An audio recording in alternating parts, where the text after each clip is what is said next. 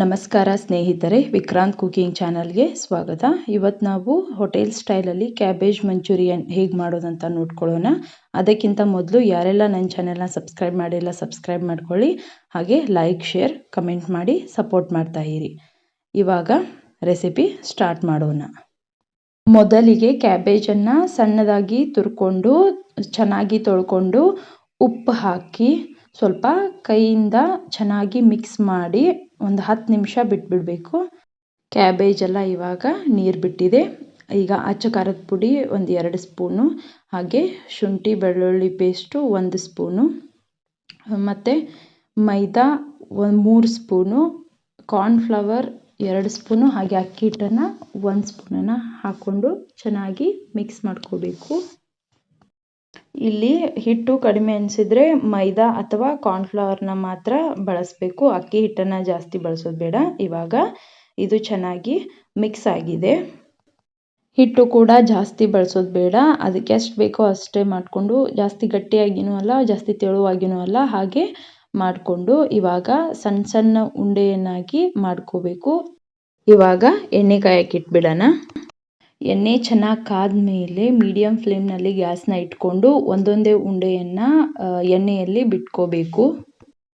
ಉಂಡೆನ ಎಣ್ಣೆಯಲ್ಲಿ ಹಾಕಿದ ಮೇಲೆ ಒಂದು 30 ಸೆಕೆಂಡ್ಸು ಹಾಗೆ ಬಿಟ್ಬಿಡಬೇಕು. ಆಮೇಲೆ ಎರಡೂ ಕಡೆ ಚೆನ್ನಾಗಿ ಫ್ರೈ ಮಾಡ್ಕೋಬೇಕು. ಇವಾಗ ಕಲರ್ ಕೂಡ ಚೆನ್ನಾಗಿ ಬಂದಿದೆ.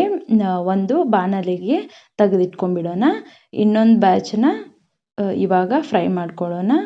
ಉರಿಯನ್ನು ಮೀಡಿಯಮ್ ಫ್ಲೇಮ್ನಲ್ಲೇ ಇಟ್ಕೊಂಡು ಒಂದೊಂದೇ ಉಂಡೆಗಳನ್ನು ಎಣ್ಣೆಯಲ್ಲಿ ಬಿಟ್ಕೊಂಡು ಎರಡೂ ಕಡೆ ಚೆನ್ನಾಗಿ ಫ್ರೈ ಮಾಡಬೇಕು.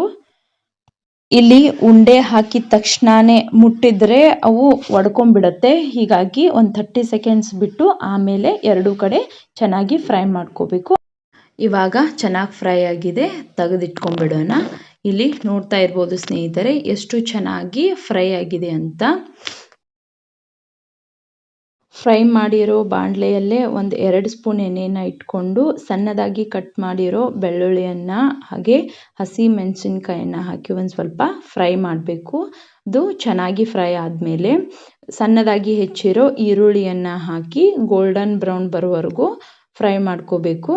ಇಲ್ಲಿ ನಾವು ಸಾಸ್ನ ರೆಡಿ ಮಾಡ್ಕೊಂಡು ಇಟ್ಕೊಂಡ್ಬಿಡೋಣ. ನಾನು ಸೋಯಾ ಸಾಸ್ 1 ಸ್ಪೂನು ಹಾಗೆ ಟೊಮೆಟೊ ಸಾಸ್ 4 ಸ್ಪೂನನ್ನು ತಗೊಂಡು ಚೆನ್ನಾಗಿ ಮಿಕ್ಸ್ ಮಾಡಿ ಹಾಕ್ಕೊಳ್ತಾ ಇದ್ದೀನಿ. ಹಾಕ್ಕೊಂಡು ಮಿಕ್ಸ್ ಮಾಡಿಕೊಂಡು ಈಗ ಕಾರ್ನ್ಫ್ಲವರ್ ಇದ್ದರೆ 1 ಚಮಚ ಕಾರ್ನ್ಫ್ಲವರ್ಗೆ ಒಂದು ಅರ್ಧ ಕಪ್ಪಷ್ಟು ನೀರು ಹಾಕಿ ಮಿಕ್ಸ್ ಮಾಡಿಕೊಂಡು ಅದನ್ನು ಕೂಡ ನಾವು ಹಾಕಿ ಬೇಗನೆ ಮಿಕ್ಸ್ ಮಾಡ್ಕೋಬೇಕು, ಇಲ್ಲ ಅಂದರೆ ಅದು ಗಂಟಾಗೋ ಚಾನ್ಸಸ್ ಇರುತ್ತೆ.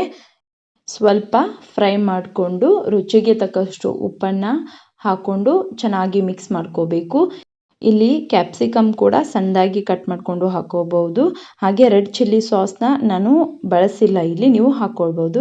ಇವಾಗ ಫ್ರೈ ಮಾಡಿಟ್ಟಿರೋ ಎಲ್ಲ ಉಂಡೆಗಳನ್ನು ಹಾಕಿ 1 ನಿಮಿಷ ಮಾತ್ರ ಚೆನ್ನಾಗಿ ಮಿಕ್ಸ್ ಮಾಡಿಕೊಂಡು ಗ್ಯಾಸ್ ಆಫ್ ಮಾಡಿಬಿಡಬೇಕು, ಇಲ್ಲ ಅಂದರೆ ಅದು ಮೆತ್ತಗಾಗಿಬಿಡತ್ತೆ ಸ್ನೇಹಿತರೆ. ಇಲ್ಲಿ ನೋಡಿ ಎಷ್ಟು ಸೂಪರಾಗಿ ಕ್ಯಾಬೇಜ್ ಮಂಚೂರಿ ರೆಡಿಯಾಗಿದೆ ಅಂತ. ವಿಡಿಯೋ ಇಷ್ಟ ಆಗಿದ್ದಲ್ಲಿ ಲೈಕ್, ಶೇರ್, ಕಮೆಂಟ್ ಮಾಡಿ.